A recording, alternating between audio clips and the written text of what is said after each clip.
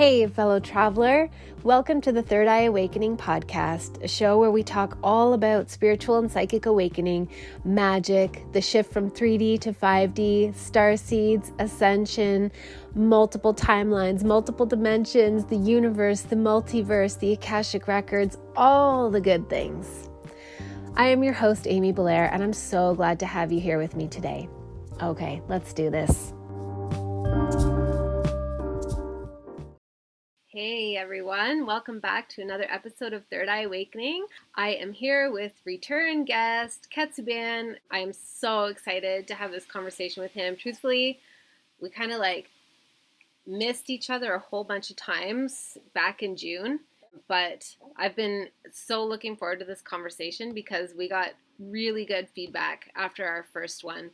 So he's joining me here to conversate about the true nature of reality and all the good things that entails. So welcome back, Ketsuban. Thanks for being here. Hey, thank you for having me, and congratulations on your baby. Thanks. He's joining us as well. He may have some input. We'll see. So we are recording this on the 20th anniversary of 9/11, and mind you, I'm not checking any news channels, but it seems like all is quiet so far. I said the word, so of course I've just jinxed it now, but yeah. Yeah, I don't watch the news either. I was talking to someone the other day about how it seems like with the movies and stuff that have been coming out, that it's like a time loop, like they're trying to take us back to 2001 or something with, what was it, The Matrix, some other movies. There was like the Steve from Blue's Clues thing. Did you see this? No. The Blue's Clues guy? Tell me about it. Do you know of Blue's Clues, the show from when we were kids? Mm-hmm. So Steve, a long time ago, I think the early 2000s, Steve went away. He was the host of this show called Blue's Clues from when I was a kid. Steve went away and got replaced by some other guy. And everyone was upset because Steve was the original host and they all loved him and stuff. He just disappeared. The other day, Steve made a clip of him dressed as Steve talking to all the kids that used to watch his show. He's like, look how far you've come. I'm so proud of you. And he's like, just know, I never, ever forgot about you. Look how great you're doing. For a few minutes. Yeah, it's this big, huge thing. And everyone's seen it. Everyone's like posting these memes, like it made them so emotional and all this stuff. But the people that I talk to, they just see it as a big loosh grab, like a big energy grab. That and then the Matrix. And there's some other stuff I can't remember where it's like this big time loop. Like they're trying to replicate the energy of 2001. And we're all scared shitless with the pandemic and all that stuff. That is super interesting because I was leading up to it. I mean, I totally gapped because I have a new baby. I gapped on I knew it was September, but what day? I don't know. A few days ago, and somebody reminded me that we were approaching September 11th. I was like, oh yeah, right. Oh, and it's the 20th year anniversary. I wonder what's going to happen. I feel a lot of death, but I doubt it'll be in a similar manner. Like I think it'll just come from other things. But that's super interesting because they don't really necessarily need like a death sacrifice. They just need an energy harvest. Like it doesn't have to be a people's life harvest. It can be their energy. What a weird message to put out. I feel like that's weird that it even makes people emotional. It's just a guy. Yeah, it's super creepy. And I thought the same thing too. That's how I feel. I'm like, oh, cool. Who gives a shit? I'm old now. I don't fucking care. Right. But everyone on my social media, they care and they like it and they're happy about it and want to talk about it. I'm like, what the fuck? What is this? Yeah, like he was always an actor, you guys. He never cared about you. Or like, you're not 3 anymore, so why do you care about the Blue's Clues guy? I don't understand that. Yeah. But it was a big thing. Just weird timing for that. I didn't even realize it was specifically the 20-year anniversary until someone pointed out to me earlier today. I was like, oh yeah, it is exactly 20 years. That's fucking wild. Did you ever get more into like number stuff? like numerology type stuff? No, I've never gotten deeper into it. I just pick up things here and there, like from, listening to stuff. How about you? I've gotten like I'm not super into it, but there's like a lot of number stuff that's obviously there. Like the number 33 is encoded in everything in so many ways. It's really weird. That's one of the ones like 9/11, for instance. There's this certain year that I've talked about before, and that I'm going to talk about again, and it's 1968. A bunch of stuff happened in 1968. Like I got this big whole list of shit that happened. One of them is they began the construction of the Twin Towers in 1968. Oh, really? Yeah, and that's also the year that they made 9/11 the emergency code, or 911 the emergency code on the phone, 1968. And then, of course, 33 years later in 2001, that's when the towers get brought down. Wow. Everything seems to revolve around 33. That's why I think that 13 years from now, whenever it's the 33rd anniversary, that's when I think something's probably going to take place, or when something like that's going to happen. That makes sense. That's when it'll be the real big, like, harvest, so to speak. Yeah. Let's see. Like, if you look into 1968, there's a ton of stuff. You remember the movie / book called 2001: A Space Odyssey? Mm-hmm. That came out in 1968. A bunch of stuff. Like, that's the year that Congress repealed the gold requirement, like currency having to be backed by gold. Wow. That was that's when Martin Luther King got killed. That's the Apollo Saturn missions got launched. There were a bunch of explosions. If you look into 1968, there's a ton of explosions all the time from terrorists and stuff. And then there's a bunch of protests like all around the world.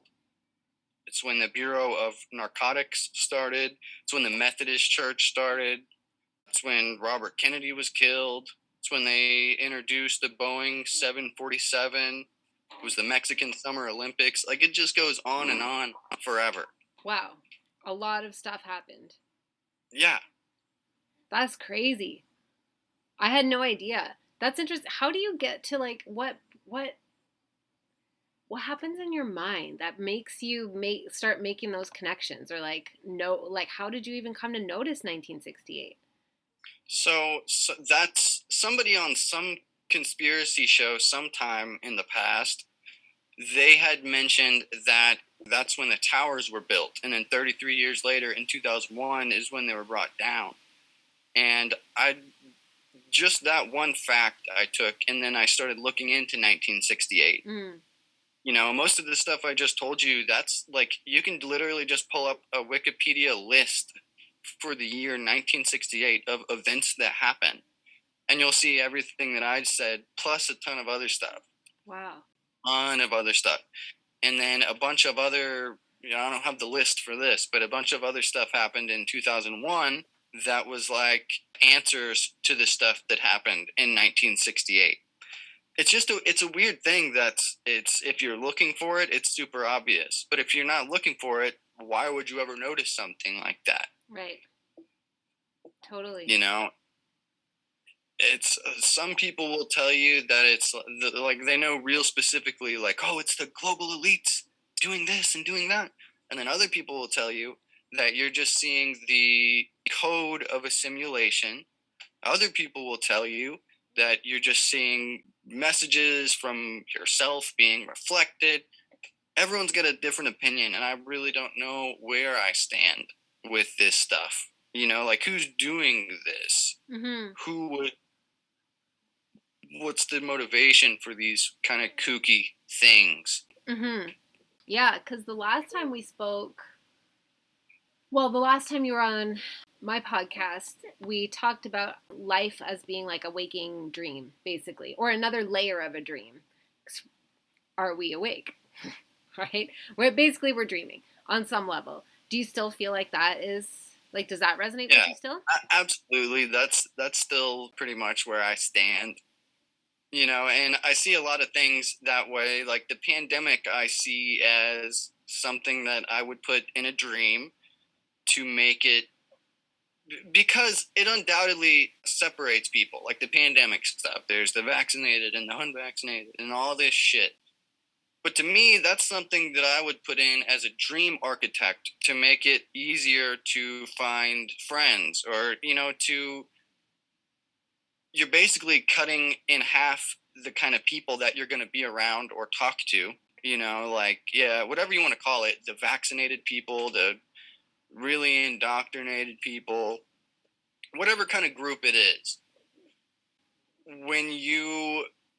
The pandemic stuff just kind of is a filter, so the people who are really indoctrinated, who probably don't like you anyway, you don't need to waste your time with them. And then stuff like, I don't know, we talked about the NPCs and stuff like that before, this whole non-player character thing. I always like to look at the present moment and enjoy the present moment. And, like, I don't know, I need everything to be how it is. For me to be who I am right now, I need the rest of the world to exist. So I like things as they are. People run around like trying to convert one another and stuff like that. And I'm like, no, just enjoy things how they are. Because whether it's a dream and you put all this shit here just for you, or if you want to accept the indoctrinated thing, like some big cosmic accident happened and we're all magically here, still, that's pretty good. You can still just enjoy the present and have a good time. Yeah, totally. I like that because I feel like one of I don't know, the objectives to life is to decrease our resistance to everything, or it can also be like accepting things as they are and just harmonizing with everything. Like we have the ability to harmonize our frequency to, it's kind of like, I don't know, even as I say this, I can feel like potential misunderstandings where like people might be like, well, what do you want me to harmonize with, like, human trafficking or, yeah, exactly. Whatever things. But it's more like by harmonizing, it's like completely being in your lane and, oh, dude, and having no resistance around it, basically, so that you're not pushing up against it at all. Like it becomes, it's almost like you just blend with everything completely, and then you can move through life in a very fluid way. Yeah. It's like the Chinese finger trap metaphor. If you resist, it will persist. Yeah, right, exactly. So it's when you stop the way and do nothing, you got to maintain like this weird kind of middle ground between putting effort and letting things happen. Yeah, exactly. Exactly. And I feel like the only way to do that is to be as much in the present as you can, which is kind of lending to what you were saying of like just being like, no, everything's got to be this way for me to be who I am in the present moment. Because then you're reacting to things as they present themselves to you rather than reacting to, imagined regrets of the past. And by imagined, I don't mean one is not actually experiencing them, but they're not happening right now in this moment, or imaginary projections of future scenarios. You're just reacting to things as they come up to you. And I don't know, I feel like that's the place where we alter the dream from. Yeah, that's the right place to be, in my opinion. And everything else is kind of a distraction to keep you in those other places, to keep you either like looking at the past and feeling some type of way about it, or worrying about the future. Everything really is like around you is like this trick to distract you from just being, from just existing. Mm-hmm. Totally. In this moment, just like you said. Totally. And so on some level, do you feel like the ones, whoever they are, who, are like behind various seemingly nefarious plots to distract us, Do you feel like they belong in this dream? Like they are part, like we are the same? There, it's just a separation to create a narrative within the dream? Or do you feel like they are intruders to the dream? That's a tough one there. That's a tough one there. And that's one that I don't know. And I don't think that anybody else truly has a way to know that they can prove. So it's something where, to me, I've had to come to peace with either one. I've had to accept, I've had to find a way to be that's okay with either one of those scenarios. It's like one of my favorite reactions to anything that you're worried about is either it will or it won't. And either way, if it does, I'll do this, and if it doesn't, I'll do this. It's that's good. That's a good impasse right there. That's something that it's like the flat Earth, round Earth thing. It's something that I've heard enough from both sides that I don't know, and frankly, I don't care because if these things prove to be a waste of time. But that's where my path has led me. That's where my thoughts and everything have led me to be. So obviously, I'm supposed to be there. So I think that's an impasse that I get stuck at, I guess. Yeah. What do you think? I think so. I think that everything is of the oneness, and I think that there's all these lenses through which we can interpret like the existence of evil. And I definitely think that there is an existence of evil, but on some level, I feel like we're all one being, one consciousness, and that you can't experience like, hold on a second. I think that if it is intruders, that those intruders had to have been orchestrated by me and ultimately have to be of the oneness, even if they appear to not be. If they appear to not be, then it's because I wanted it that way. And I mean, I, as the oneness, wanted to be experiencing this as though there were intruders. Does that make sense at all? Yeah, it totally makes sense, and I think that's what I am trying to find a way to articulate. But like for some reason, I feel like I always need to dance around people's because people get super offended right there about something, about fucking something, about something. But totally, I just feel like, what is the use of a dream? What is the use of any of this if we have no opportunity to expand ourselves and our concept of selves? And how else do we do that but through a narrative playing out? Yeah, exactly. It has to play out in that way because ultimately I believe that all of consciousness is like formless abstract energy, and we're the ones that then translate it into a symbolic experience of reality, but it's all symbolic. We've just been trained to take it all really literally. But kind of the way that a dream plays out in a, like our sleeping dreams, the ones that we all agree are actual dreams, they play out as a symbolic story. And I don't see this life as being any different because it brings up to us, it serves up to us whatever scenario we need in order to examine something within our own psyche more deeply. That's so true. And sometimes we succeed at doing so, and sometimes we take the bait and we react to it like it's really happening and it's a threat to us. And of course we experience them as real threats. Like recently I had the most intense sleeping dream, where I was in the vehicle and my dad was driving, and I was in the back seat in between my daughter's car seat and my son's car seat.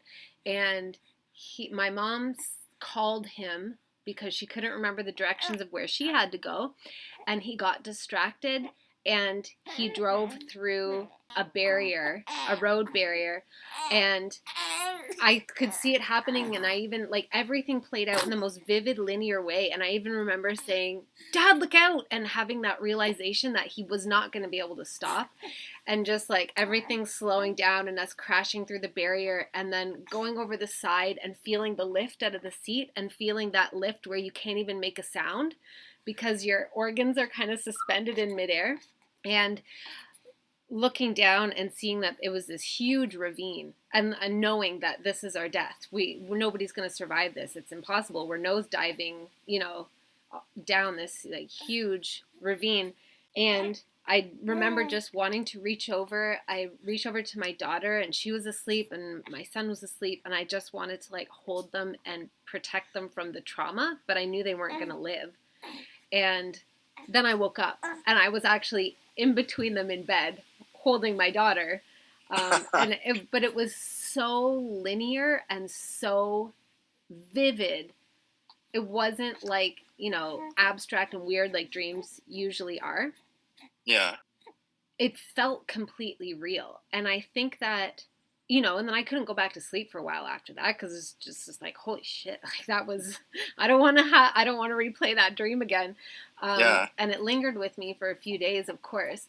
But I think that our experience in our bodies, in our waking life, like I don't ever want anybody to misinterpret me and think that I'm saying that what we experience isn't real. So any threat that we perceive can't be experienced in a very visceral way that affects us and our bodies, but just that on a bigger level, I really do think this is all a dream. And it feels as real as that dream felt. That in that dream, I was dying. We were dying. I was meeting the moment of my death. And so I think that this reality, it presents us with all these opportunities to, like, I don't know, examine something that's floating around in our subconscious psyche. Yeah, and that's all we're doing, isn't it? Mm-hmm. About it, that's, wow.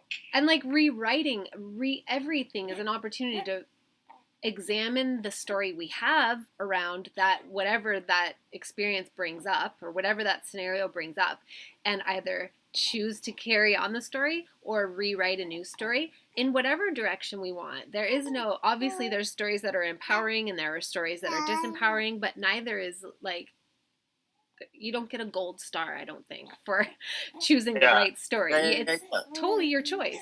That's wild. When you break down dreams like that, like your sleeping dreams, when you break them down, it actually truly is just a series of symbols.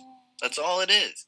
And there's obviously a plethora of different routes you could take in a dream to get from symbol to symbol to symbol. But from what we understand as dreams on this level plane of understanding, is that it's just that there are these symbols and it means something, and it's examining our subconscious and all this. But when you apply the as above so below, that's all we could be doing right now too anyway, right?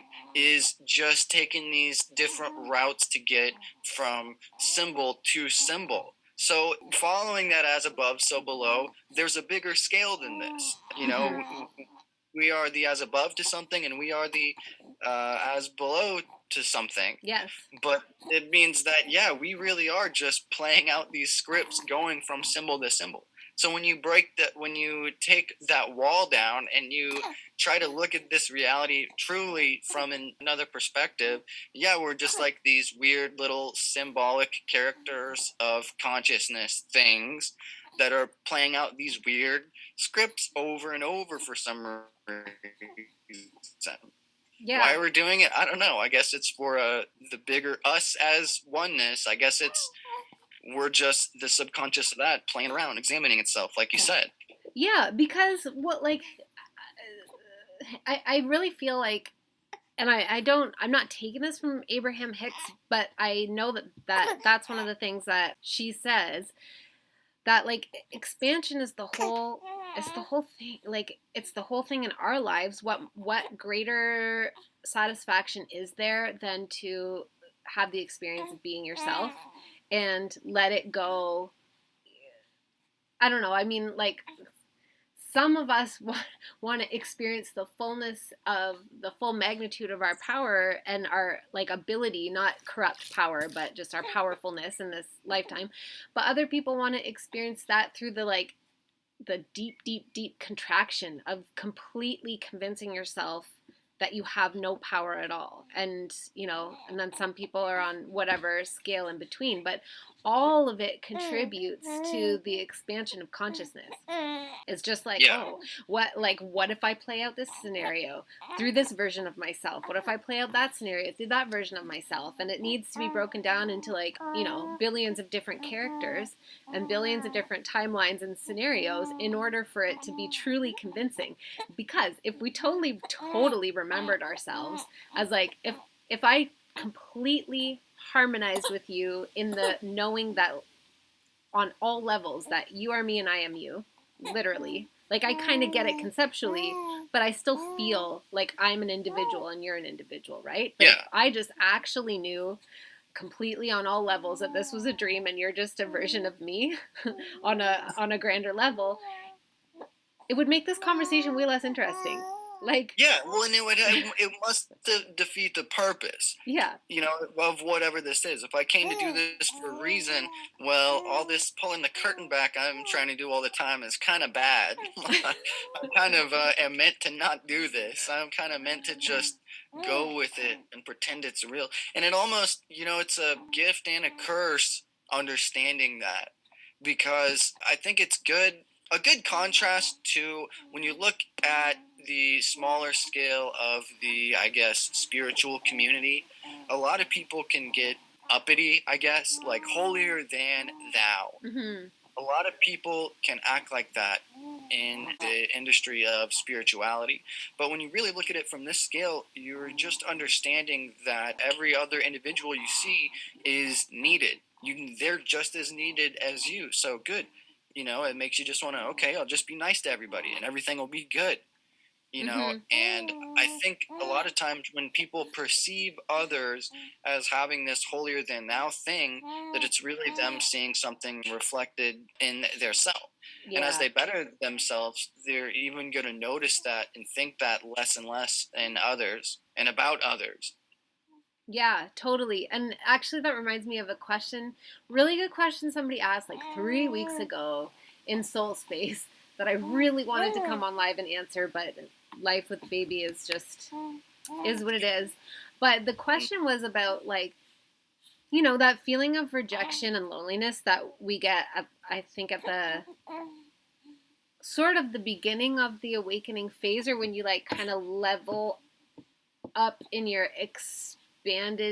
capacity to have expanded perception versus compared to those around you in your physical life. And then you feel like a crazy person and you want to wake other people up and you want to have these conversations with people. And she was asking, like, it just felt really lonely, and does it get harder, or does it get easier? And my experience that I want to share, which is only my experience, but it's that, yes, it totally gets easier, because that is the rejection that I also used to experience was a reflection of my own rejection and judgment of myself. So the people around me that I was interacting with were the ones who were most likely to reflect that back to me. And then as I kind of just stopped needing to have their approval or anyone's approval and just started having conversations and meeting people such as yourself and just having the conversations I want to have with interesting people, I find more acceptance from those other people in my life who previously were, you know, seemed to be like critical and judgmental. But I think it was just we're all reflecting back to each other. Yeah, I think that it just goes back to the Chinese finger trap thing, where, you know, the moment that you accept yourself as you are, and the more you're willing to be alone and isolated, if that's what it is, being who you are, you know, the moment you accept that, you know, you'll find your friends, or your friends will find you, or whatever, you know. But yeah, for those feeling lonely, like, does it get easier? It's just that, you know, if you're perceiving everyone around you as these sleeping fools who just don't understand, you're just seeing yourself reflected. That's all you're seeing. You know, as corny as that can sound sometimes, yeah, that's truly what it is. And the more you accept those around you, the more you start to accept yourself, and vice versa. But it's exactly what Amy said. You just stop caring in a way and doing what you want, and then things magically just start working out for you. You know, I don't feel very lonely at all. To be honest with you, I feel great. Yeah, Things are going great. Same here. Like but I remember, like, it really wasn't long ago that I totally felt that loneliness and that alienation, and all I had to do was basically take the people in my physical life off the hook for satisfying that, or for like meeting that need, right? They're not accepting accountability. Yeah, they're not required to do so. Like I just was like, oh, you are not the person that's gonna give me this thing that I perceive that I need from you, and so I'm just gonna love you as you are and take you off the hook for that, and start talking out into the podcast ethers. And and then there's so many people that are willing to have these conversations, that are just like, waiting to have these conversations, which has been the amazing thing to discover. I mean, yeah, and what is it, the hero's journey or something like that? It's so stereotypical. It's all, everything is you're as above, so below, and everything truly is an encoded metaphor of everything else. So the same, like, your spiritual process is no different. It's just doing the work, and what comes with accepting that accountability is, like, you got to do the work. You got to do all the work. Sorry, you just do. Waiting for others, or looking to others to do part of it or understand part of it. It's not gonna work. You got to do all the spiritual work yourself. You really do got to go and start being nice to everybody if you want them to be nice to you and you want things to work out. You really do have to start wanting things to work out for other people. And to be the most concise way to put it is, you want things to work out for you. You basically just going to start being really nice to everyone who doesn't deserve it. That's pretty much it. That's on a small enough scale. Yeah. You're gonna go be really good. Or in other words, like, decide that you are not the judge of who deserves niceness or not, based on how you are perceiving somebody else in any given moment. Like, which is, it's a tall order. We all have our moments of being judgmental and just feeling like, yeah, that person is being, I perceive them as being this way, and so they don't deserve it. But it's true. But I don't know. I feel like the work is, it's the fun. Like, once you start feeling like, like challenging yourself to expand your perception as you move through your daily life, it just becomes fun, because then you just kind of can start to see the way that you can alter the dream in real time. Yeah, and it's a lot like quitting a bad habit. Like quitting cigarettes or drinking or something like that. You're not gonna do it. It's not gonna work until you want to do it. Until you want to quit, or until you want to figure some spiritual stuff out.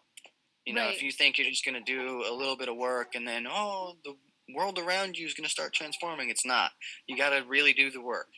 Yeah, and I really think that it's unending. Like, I really, really, like, having been on this journey for about 20 years, I feel like all that happens is I just keep uncovering new layers. But it's way more fun too. Like, the rewards, and I'm air quoting because nobody will see me, meaning the benefits that I experience feel really beneficial. Like, they feel really, really good. Like, the expansion of my consciousness to be able to conceive of different things is so worth it to me. It's so worth it to sort of keep stretching myself outside of the little box of perception that I have at any given time. Just realizing that, oh, there's no actual edge. Like I just keep getting to push myself. That's a great point to make, that there's no ending, that when you really start understanding things, you understand that you're doing this. Like you are an energy, like the Ouroboros symbol. You are just this infinite spinning wheel. But it's good. It's a good thing. You figure that out in contrast to people have this idea, I guess, that's been pushed on them, like you're going to do, like you do things up until a certain point, and then you earn a certain title, and then now you are this forever. Mm-hmm. And that's to me the contrast to what you're saying, that you realize that you want to be doing what you're doing, and the fun and the joy is in the process, and is in doing the things. It's another stupid cliche. It's a journey, not a destination. Because there actually is no destination. That's the big joke, is that there's no destination. It's just like an unending road trip. And the more that you allow yourself to feel settled in that, then the less you feel like you need the destination to feel settled. Yeah, like I feel like it would suck to reach the destination, and then the journey ends. Feel like, well, now what? I always think that about oh, what's his name? Palpatine in Star Wars. I'm like, when he ultimately wins, like in his dastardly, well-crafted, very intricate plan, and he like, conquers the entire Star Wars universe, then what's he gonna do? Like, sit there. It's all the journey. It's all for him. It's all the joy of like playing chess with everybody. And I mean, it's an evil, dark analogy, but really it's the same thing as like if there was a destination, we would just get there and be so bored, which is why I think that this is a dream, and we are the characters of a great dreaming mind, and it goes up into infinity of dreaming minds, of the great dreaming mind, of the great dreaming mind. Like it just carries on to infinity, and we, like you said, we are the as above for something and the so below for something else, and it's just like exploring self on infinite levels that my human mind can barely conceive of. Yeah, and it's beautiful. It's a great thing. It's if you're reaching the, not you, but just in general, if you're reaching this destination and it seems bad or negative, you're understanding it backwards, because it's good. Things are good.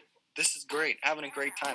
But it's like that's the biggest cosmic secret there is, just that the present is the gift.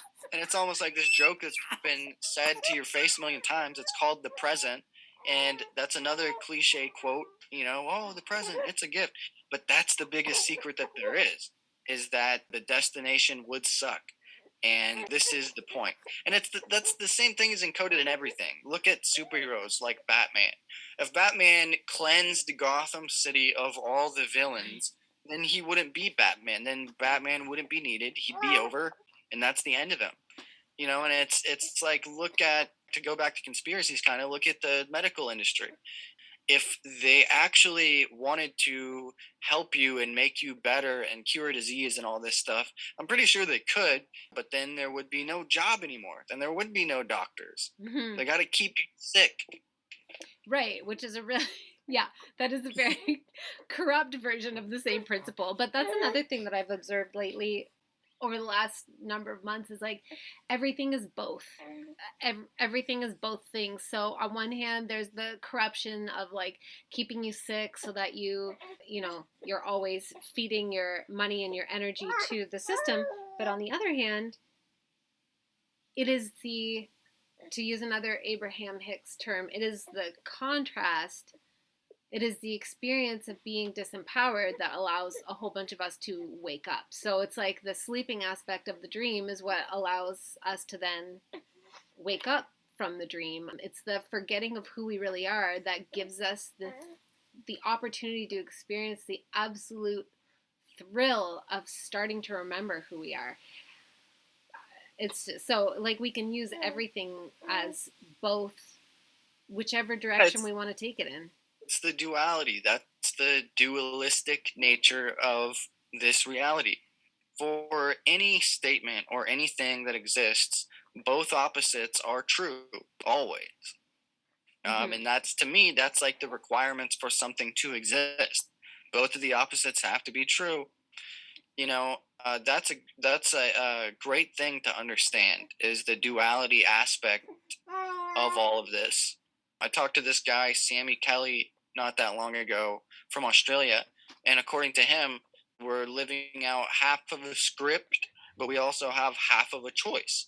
And that's the middle of the balance. That's, like we said earlier, a little bit of effort, but also a little bit of letting things happen. But that duality thing, that's the principle of polarities. Everything has poles, and both opposites are true. I love the Hermetic principles. Did you ever dig more into those? No, I didn't. No. Oh, they're the best. To me, it's like the cosmic law. And the very first one is all is mental. Everything is in your mind, essentially. Yeah, I agree. I like, to me, that's the cornerstone of everything. And so I feel like every single boogeyman that we can experience only initially affects us on a mental level. Like, that's where everything takes place. That's where the whole battle takes place, is like the manipulation of our perception versus our control over our perception. And and then eventually it gets to the point where it starts to manifest on a physical level, but it's always beginning in the mental realm. So, for example, to sort of illustrate it, what I'm saying a little bit better, is like, working a lot with the concept of entity attachments, negative entity attachments, and the way that they influence people. And they seem to be coming into the conversation, into my world more and more. But what I always knew about entities, and what it always comes down to, is like, they actually don't have any influence over you. They don't have any power over you. That's the right way to put it, outside of what you allow them to have. But of course, most people are not walking around being like, yes, negative trickster entity, or yes, full-blown demon, please exert your power and will over me. So then people don't necessarily understand, and they think, well, of course it has power. Like, have you ever encountered a demon? It has power over you. But the place that it starts enacting its power is in creating the illusion on the level of your beliefs that it has power over you. And once you buy into that illusion, then it can, because it's just manipulating your perception to agree with the perception that it has power over you. I don't know if I'm making any sense. Yeah, then you're on the hook. Then they got you on the hook. Yes. Everything around you, all these different distractions, are kind of like hooks. Like, you're in this ocean, you're a fish. You're going with the flow, but you're resisting, but also not. You're the fish. It's a metaphor. But you're the fish, and there's all these hooks around you to distract you, and you get on the hook, you're fucking on the hook. Yeah, totally. Most people follow the path all the way till the end. Most people, when they get distracted by something, they see it through. Yeah. Which, to bring it back to current events, exactly, I think that's what this whole, all the narratives are about. But, like, for example, the one that's really ramping up is obviously the vax versus unvaxxed, and the vaccine passports and all that stuff. Yeah. And, if you'd talked to me about it like 4 or 5 months ago, I was really upset about it. I was I was getting hooked by a lot of the alternative research I was seeing presented. And I'm not saying it's not true. I just eventually got to a point where I acknowledged that, like, it's still my choice to get on the hook and to, like, engage with it and believe that it has power over me. Nothing has power over me. Nothing. Things can influence me, and I will change as a result of those interactions, but nothing has actual power over me. I am an autonomous sovereign being, and I have the power over myself. So So in that sense, like where I am in Canada, in Ontario, now they've announced, the government in Ontario has announced vaccine certificates, which is like the soft preliminary version of vaccine passports. And my personal choice is to not get vaccinated. I like, for a number of reasons, but I know I have people in my audience who fall on either side. So I literally don't care what you do, what feels right for you. I feel like it's dangerous, and I just choose not to do it. But I'm really not worried about this vaccine passport stuff, only because I'm like, I just feel like if I stay in the present moment and interact with my life, like I cross whatever bridge I come to when I come to it, and I stay in my power, then I'm not on the hook for anything. Like, I'm not being dragged in any direction that somebody else is dragging me, or somebody else's story or perception is dragging me. Yeah.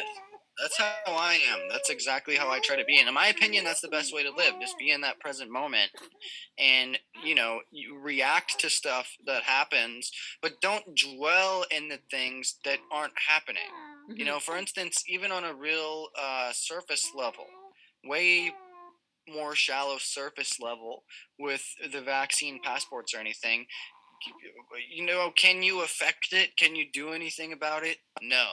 Well, why worry about it then? Well, then why spend any time thinking about it? It's not going to help me. It's not going to change anything. So your options are live in this world where you're constantly reading about shit and variants and you're terrified and everything sucks and it's so bad.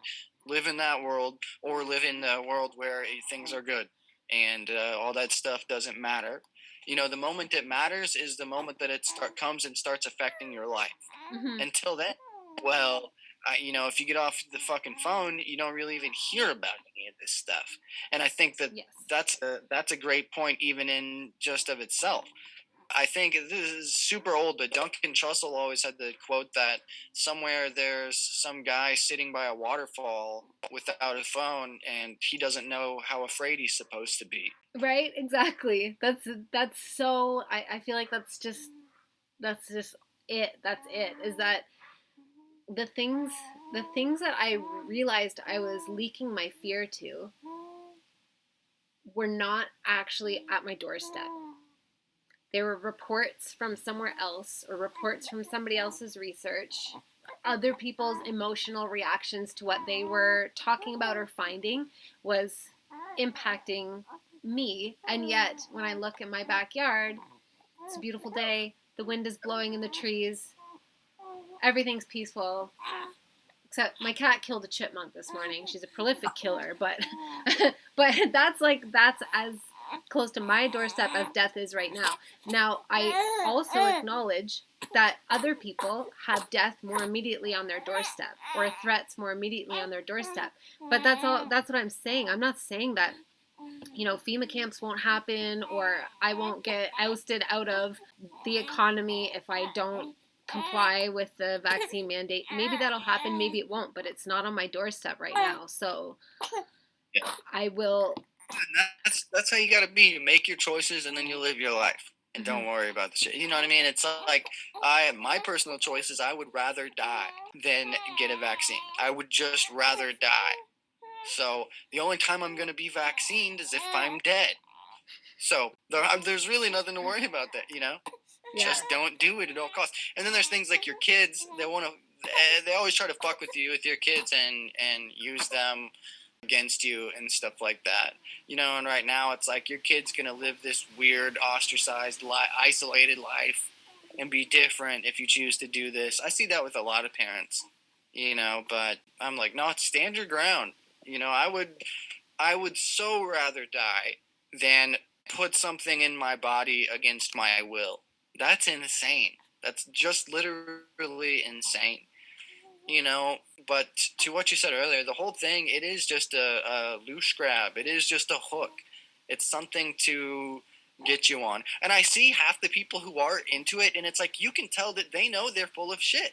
It's just something where it's like this big tangled web where with the economy, a lot of businesses, in order to continue to operate and stuff like that, they have to follow these guidelines and stuff per the state. I don't know. But most people, yeah, if you got a business, you got to feed your family, you're going to follow the guidelines. You're not going to tell your customers, yeah, I know it's a scam, da da da da da. So it's like most people are on the same page, Mhm. truly. Mhm. Even if on a subconscious level and they're still like buying into stuff and spewing bullshit, way more people are on the same page than they'd ever let you think. And just like you said, the news, they make it look so terrible.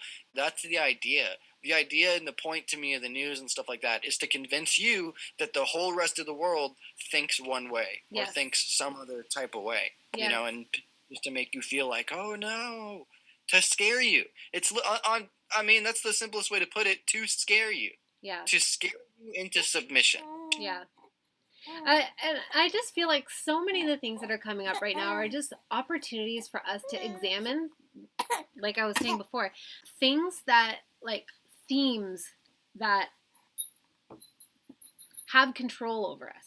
And every individual gets to decide where they land on that. So obviously death, like after I sat with that dream that I had, I concluded like, oh, like at first I was freaked out about getting in vehicles. I was like, am I going to die this way with my youngest children? And then I kind of sat back and I thought about it and I was like, well, I mean, what am I going to do? Not drive anywhere ever again? Like, that's not reasonable. Everybody's going to die. I'm going to die at some point. It is what it is. And I'm not going to live my life in fear around it. And then I was like, oh, that was the whole point. That's why I had that dream, so that I could sort of see where I land right now with death. And I think that that's what the dream is inviting us to do. Sometimes I really believe that the dream is just getting, like, the collective dream is turning into an insane funhouse nightmare so that we wake up. It's like, Yeah, and let's see that's how another thing. demented it can get to wake as many of us up as possible. Yeah, or just like the ones who are going to wake up to make sure that they are awake. That's another thing to me too. Like I said, the pandemic is like this filter where it eliminates half of people. It's another thing is they got all this shit on the news, the politics. They're making it so goofy and crazy. So yeah, so the people who are going to wake up will wake up. And so the people who make the choice to pretend to believe bullshit, they make that choice. It's almost like a expedient thing. It's speeding up the process for whatever reason. And a lot of it, I think, was like so Netflix. Long time ago, year ago, 2 years ago, I don't know. They came out with some movie called Cuties, and it's about like children, sexually dancing children. Like it's no bueno type of thing. Yeah. So I canceled my Netflix account. I never spoke about it. I didn't tell others to cancel the Netflix account. I just canceled mine and didn't care about it and done with that. And to me, it's like it was almost like this scam type of thing where anybody sensible enough to see that and whoa, not want to support that, they're gonna do that. And then anybody left who doesn't care, doesn't mind, is gonna pay anyway, they're gonna keep doing that. So it's almost like that movie Cuties was like this expedient thing. Beating up. Like whoever's gonna keep paying for this no matter what, we'll get them. We'll figure out who they are. And then the people who are going to leave eventually for some reason, we'll filter them out. To me, kind of like a metaphor. To me, that's kind of what the news and all this stuff is. Like, the people who are just going to basically lie and be full of shit, they're going to get over here. And then the people who are going to stand up for themselves are going to go over here. Right. It all to me is just like filtering people. I don't know why. I mean, who knows? Like, I feel like what's happening is, so if I imagine it as like, we are the characters of the great dreaming mind of the oversoul, and then the oversoul is a dreaming character of the great dreaming mind of an oversoul, and on and on and on into infinity. Right. I kind of feel like maybe every level of great dreaming mind is waking up right now. Oh, I hadn't thought of that. And so it's all just like kind of like Inception, when like at all layers of the dream, everybody has to wake up to get to the next layer, and to come actually back to the surface. I feel like that's what's happening. Wow. I need to watch that movie. I've never watched it. I know that I Oh, understand really? the concept, but I've never actually watched Inception. I feel like Inception is such a funny movie because they make this big whoop about, like, oh, it can't be done. Like, you can't plant a thought into somebody else's mind. You have to go so deep, so many layers deep to plant it and have them really believe it's theirs. And I'm like, You're literally like, all oh, day, right. every day, Yeah, we have exactly. thoughts planted into our minds. But it's quite an interesting movie. So yeah, it's I don't know. Right now, I feel like that's what's happening. I got this message through the Akashic records that every worst case scenario leads to the ascension, and by ascension, I don't mean it in like a new agey like whoa, we're going to ascend into love and peace. I mean like up an octave of consciousness. To a whole other level of being able to perceive of things and conceive of things. So every worst case scenario leads to the ascension. Every best case scenario leads to the ascension. Everything in between, because the ascension is happening. It doesn't matter. It's way bigger than us. Like whatever. Like we can participate or not. I feel like participating makes it more fun. Rather than being on a roller coaster against your will, or just being on the roller coaster. We wouldn't be here if we didn't want to participate. Yeah, exactly. But if people don't want to participate and they want to be, like I think about people that I know who totally believe in the most basic mainstream narrative. There are a lot of them around me. They can believe that all they want, and they are not a threat to the ascension. Like even in the spiritual community, I think there's been a lot of conversation around fear of like we have to wake people up because we need to ascend to 5D, otherwise we're all going to be trapped into this shithole. And the message I got is like, no, it's already done. The ascension is already happening. It's just trickling down to our level. Nobody's a threat to me. They can completely believe the vax narrative. They can get all the boosters they want. It's fine. It's totally fine. All the things that are happening and playing out, nothing is a threat to me. Nothing is a threat to the ascension, basically. You understand, I think, that this grand scheme going on, there's nothing anybody can do about it. It just yeah. And that's something too. When people who go against me. I always got detractors on Twitter. People turn, they accuse me of things. And I always like, well, I just want to tell them, like, I don't care what you do. I don't care what you believe. I don't care, you know what I mean? I do not wish to change anybody's mind about anything. Yeah. In fact, convincing someone of something is like the last thing I'd want to do, because I'm just going to fuck them up. Yeah. It's so like, when you realize that, it's so like, oh shit, it would never matter what I did or what anybody else did. The things are gonna happen as they happen. Oh, it would never matter. That's what always comes to my head when I remember this. Yeah. Oh, of course. It's always a remembrance. I saw, by the way, at least one example of one guy that you posted in your Facebook group on Twitter that was just like giving you crap, but somehow like bringing more listeners to you, or more because he had more followers. And I was just like, Ketsuban is a really weird person to take issue with, because there's no like what is anyone taking issue over? I have a lot of people who turn, and it's really weird. I never know why, and I never ask because I truly don't care. But I do always wonder. Like, because I talk a lot of shit on my show. It's just me talking shit for 2 hours. I always wonder, like, what is the thing that I said that... Right. Because I'm sure it was fair. I'm sure it was fair enough. But I always wonder, what was it that offended you? And one of those guys on Twitter, they were like, he said, he loves you, but don't criticize him or he'll attack you. And I'm like, quite frankly, yeah, that's a pretty good description of what's going on here. I do love you, but don't you come and criticize me. I'm just going to say fuck you or whatever. Maybe you should ask somebody sometime and just find out. Just I kind of want to, yeah. Just out of curiosity. It's just like, Hey, What was it? you don't owe me an answer, but I would actually love to know what did I say? What was the straw that broke the camel's back, or what like pushed your button so much that you're gone now? Yeah, I should message at least a couple of these people. You should. Like, hey, where did I lose you? You know, Yeah. it's okay, but where? What was it? What was the thing? Yeah. It's funny though. Even that guy, even that same guy on Twitter, he made another tweet like a week later. It was like, this week on the Wrong Warp, Ketsuban takes an hour out of his show to attack a listener who criticized him. And I'm like, yeah, that's what's going on. What do you think? I'm ashamed of that? Right? Like it's Did it on purpose. It's my free show that you don't have to listen to.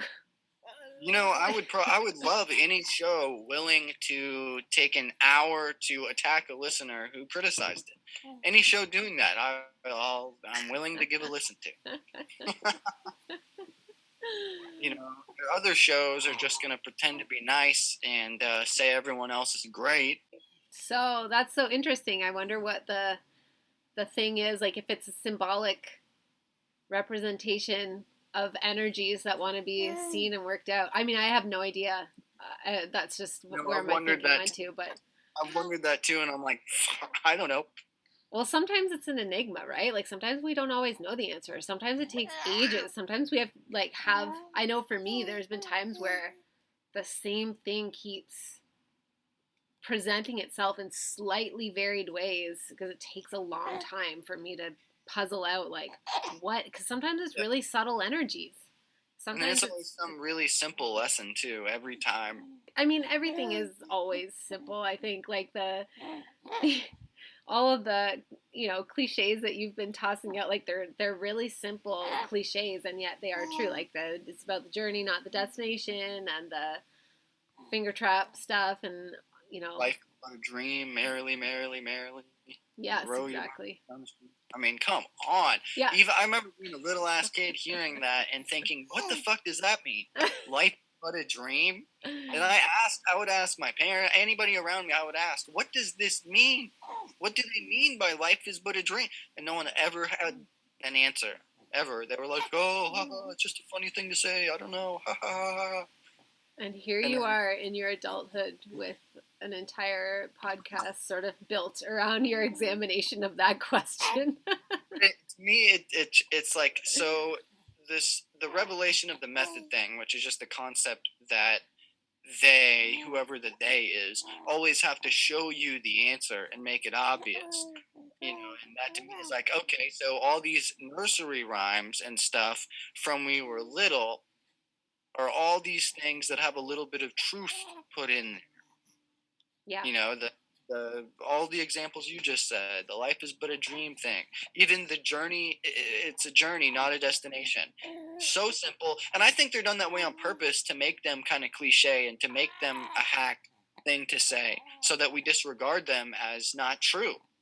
Well, same as astrology that we talked about in our first conversation, and that I know Sam Tripoli has said that a couple times, that it kind of gets painted as this thing where like really basic girls are like, what's your star, what's your sun sign, and that's all it is, and all those sun sign little horoscopes from newspapers that were purely for entertainment.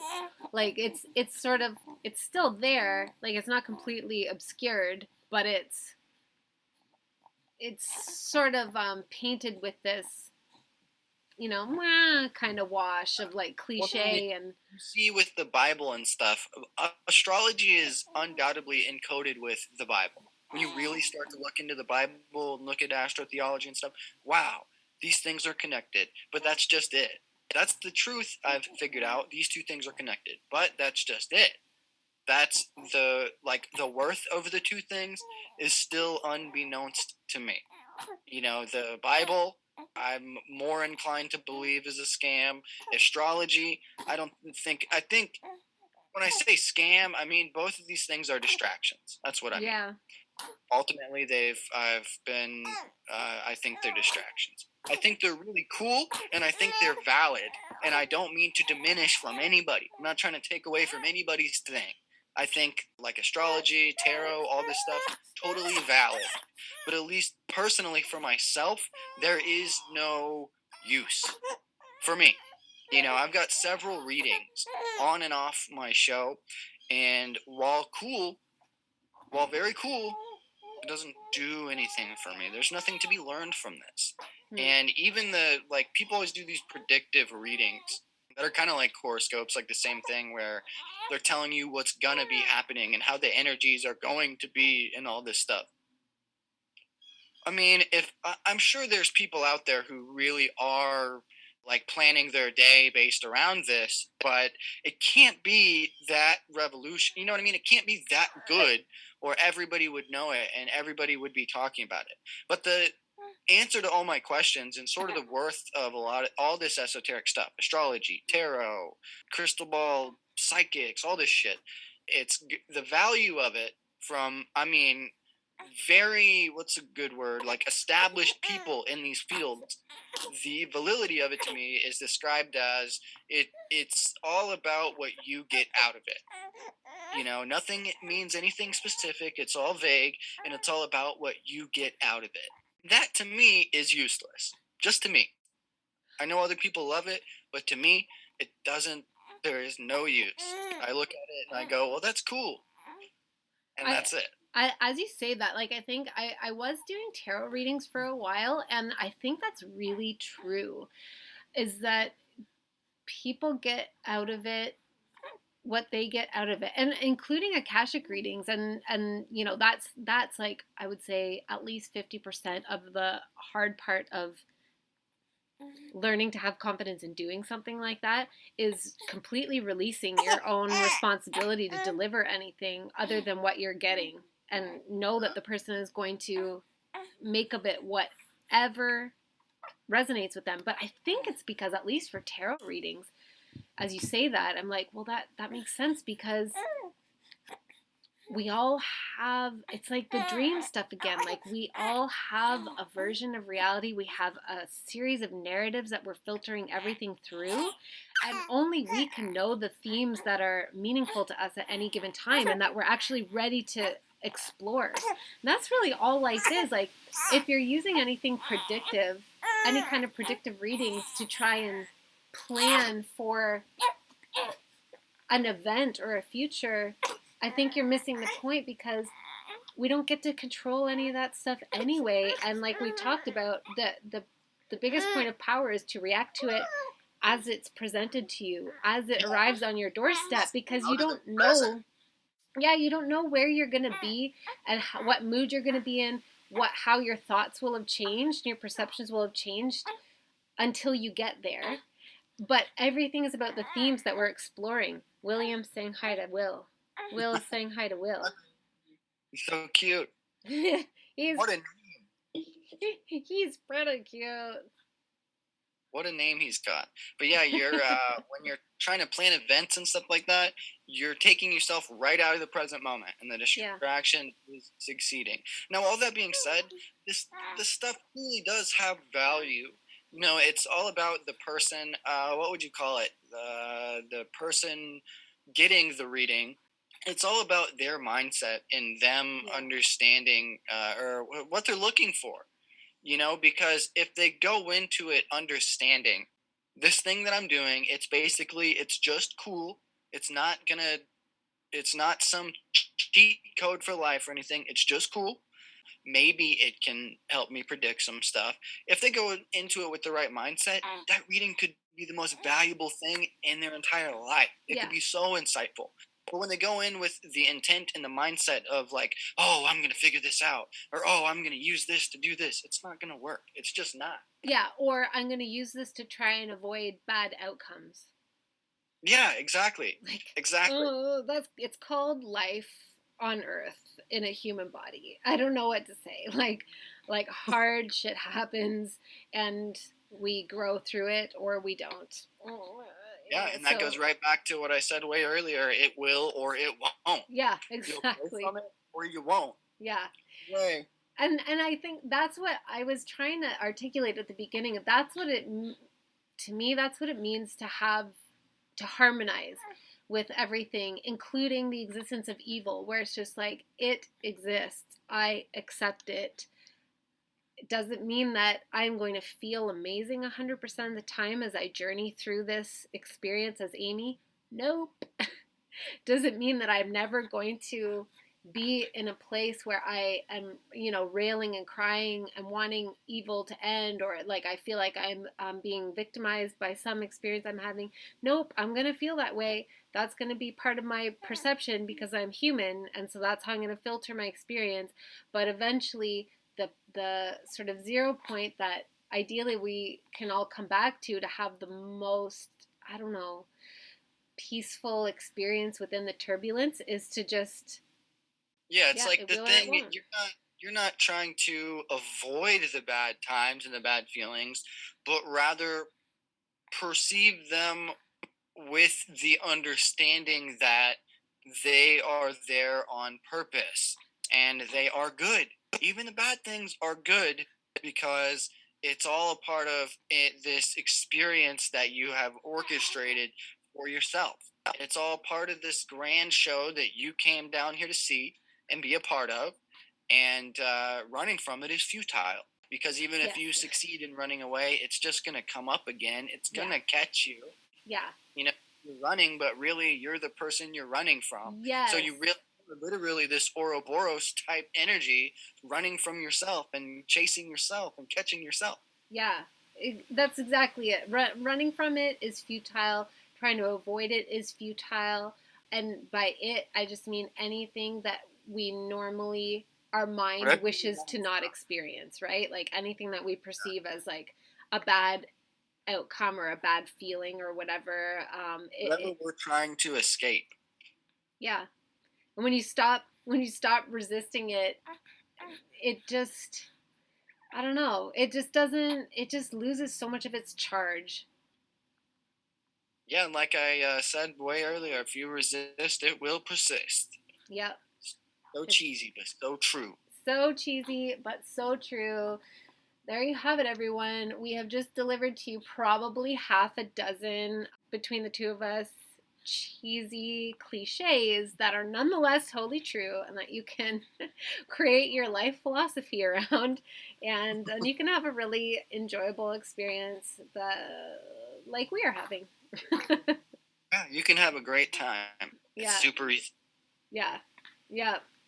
I feel like ultimately a lot of this is just the boogeyman. It's the experience of our own subconscious shape shifting into whatever symbolic narrative it needs to for us to confront it and create a new story. Well, it really is this grand dream. It is. I think I've probably run to the end of William's good graces. Yeah, he is. Oh, dude. I think he has a diaper full, too. Say hey, Ketsuban. I gotta go get a fresh one. But thank you so much for your patience with me at the end of pregnancy when we kind of kept missing each other. And thank you for joining me for this conversation today. As I knew it would be, it was an excellent one. And I really, really loved catching up with you listeners. I'm sure that you enjoyed it too. Hopefully it brought you some, some peace as we all navigate the turbulence that increases in this crazy dream. And give us some love. If you enjoyed this episode, then, shout us out on social media or just show up in our DMs.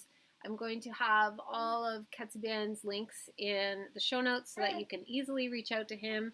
Join us in our Facebook groups. Come for the party. We love you very much. And until the next episode, I hope you have a fantastic day or night wherever you are. Hello, beautiful being of shadow and light. If you loved this episode and you want more, you can join my new membership, Light Codes.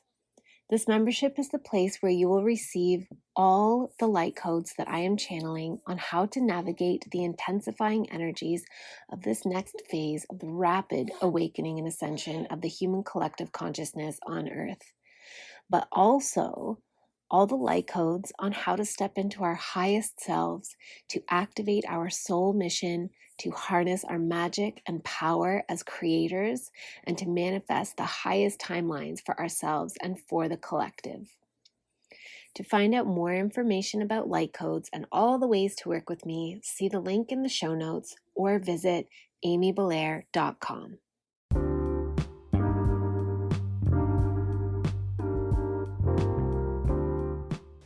Thank you so much for being here with me on this episode. I appreciate you more than my words could ever say. Please remember to rate, review, subscribe, and share, and I will catch you on the next episode.